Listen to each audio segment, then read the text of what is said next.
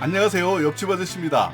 자, 오늘은 어떻게 나의 신용점수 등급을 조회를 하고 또 나의 신용점수가 어떻게 되는지, 그리고 조회를 해봤더니 나의 신용등급 점수가 낮다면 그 등급을 높이는 방법에 대해서 얘기를 좀 해보겠습니다.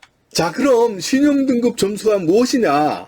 이것은요, 개인의 신용을 나타내는 지표라고 보면 됩니다. 여기에는 신용점수, 신용등급, 요 사용하는 용도나 이런 것들이 있는데요. 먼저 신용점수는 1점부터 1000점까지 있으면서 점수가 높을수록 좋고요. 또 신뢰도가 높아서 은행이 믿고 상대적으로 대출 처리도 잘해주고 신용점수가 낮은 사람에 비해서는 좀 더 유리한 이율도 보장해줍니다. 예전에는 신용등급만 있었는데요. 신용등급은 1등급에서 10등급까지 있습니다. 당연히 등급이 높을수록 좋고요. 과거에는 이 등급만 가지고 점수는 없었어요. 예전에는 1등급, 2등급, 3등급, 4등급 해서 10등급까지 나눴고요. 이것은 2021년부터 점수로 변경되어서 신용 등급과 신용 점수를 지금은 같이 쓰고 있습니다. 용도는 당연히 카드 발급이나 은행 거래 볼 때 이럴 때 등급이 높으면 좀 더 유리하고 편하게 발급받을 수가 있고요.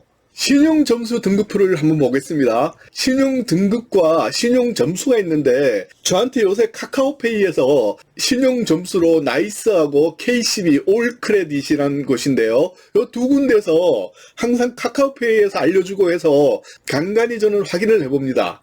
먼저 신용 등급 1등급은요. 나이스에서는 900점에서 1000점 사이, KCB에서는 940에서 1000, 2등급은요 865에서 899, KCB는 890에서 939, 3등급은요 나이스는 830에서 864, KCB는 830에서 889, 4등급은요 나이스는 801점에서 829점, KCB는 770점에서 829점, 5등급은요 나이스는 710점에서 800점, KCB에서는 690에서 769점. 대략 이 정도 등급에 계시는 분들은 그나마 은행이나 여러 가지 카드 활용하는 부분에서 조금 더 유리하기 때문에 신용 등급을 자꾸 관리를 하는 거고요. 6등급부터 10등급까지는 표에서 보시는 바와 같이 6등급은 나이스에서 605에서 709, KCB에서 621에서 689 사이이고요.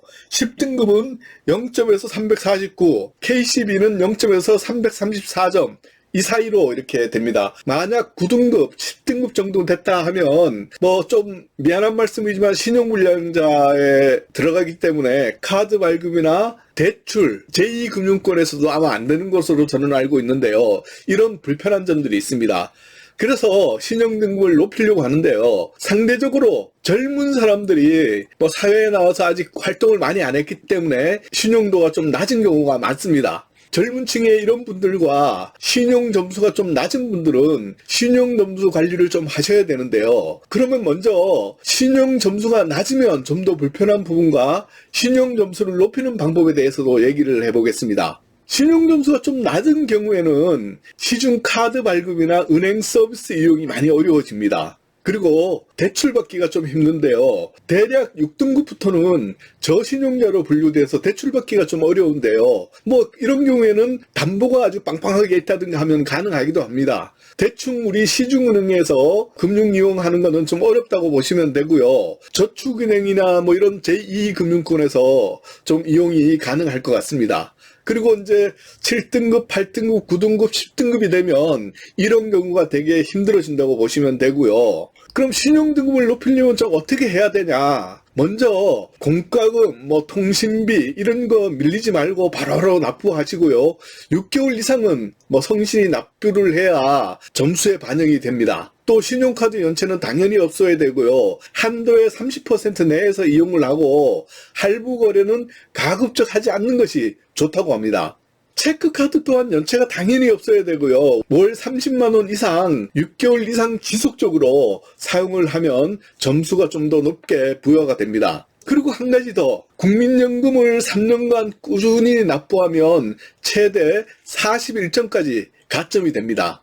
쉽게 다시 한번 말씀을 드리자면 신용등급을 높이는 핵심은 돈 거래하면서 연체하지 말고 잘 납부하는 것이 신용등급을 높이는 최고의 방법이라고 생각 들고요. 한 가지 말씀 안 드린 것들 중에 또 은행을 이용해도 여러 은행을 분산해서 활용하는 것보다 한 은행에서 집중해서 사용하는 것도 하나의 신용 점수 등급을 올리는 그런 방법이 될 것 같습니다. 그리고 신용 등급을 확인하는 방법은요. 요새는 신용 등급보다 신용 점수를 조회를 하는 게 더 많으니까 신용 점수를 조회하는 방법은요. 아까도 말씀드렸다시피 나이스나 KCB에서 신용 조회를 하면 되는데요. KCB와 나이스의 신용 점수가 좀 차이가 나는 경우가 있잖아요. 저도 KCB와 나이스에서 오는 점수를 보면 똑같은 사람인데 점수 차이가 좀 나는 경우가 있습니다. 저도 카카오페이에서 가끔 확인을 하는데요. 그 차이가 무엇이냐면 신용평가를 할 때 나이스와 KCB의 평가 영역이 있는데요. 평가 영역은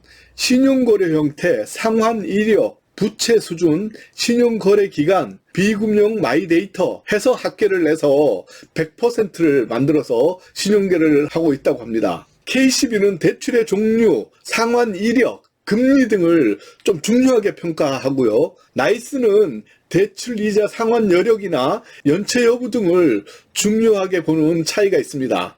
그리고 나이스와 KCB 중에서 KCB가 좀 더 높게 나오는 경우가 있을 거예요, 아마. 그런 경우에는 이 차이가 뭐냐면 신용카드 사용 비중이 좀 낮거나 융자 금액이 적은 경우에 나이스보다 KCB 점수가 좀 더 높게 나옵니다.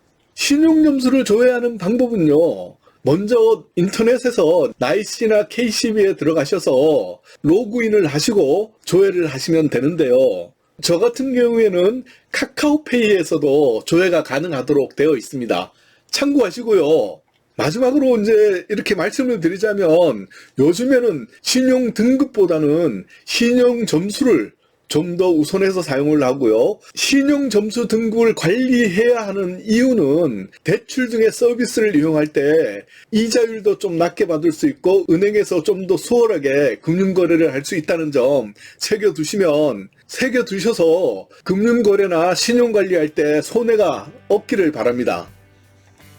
이상 오늘 옆집 아저씨가 준비한 이야기는 여기까지입니다. 저는 다음 영상에서 또 인사드릴게요. 감사합니다.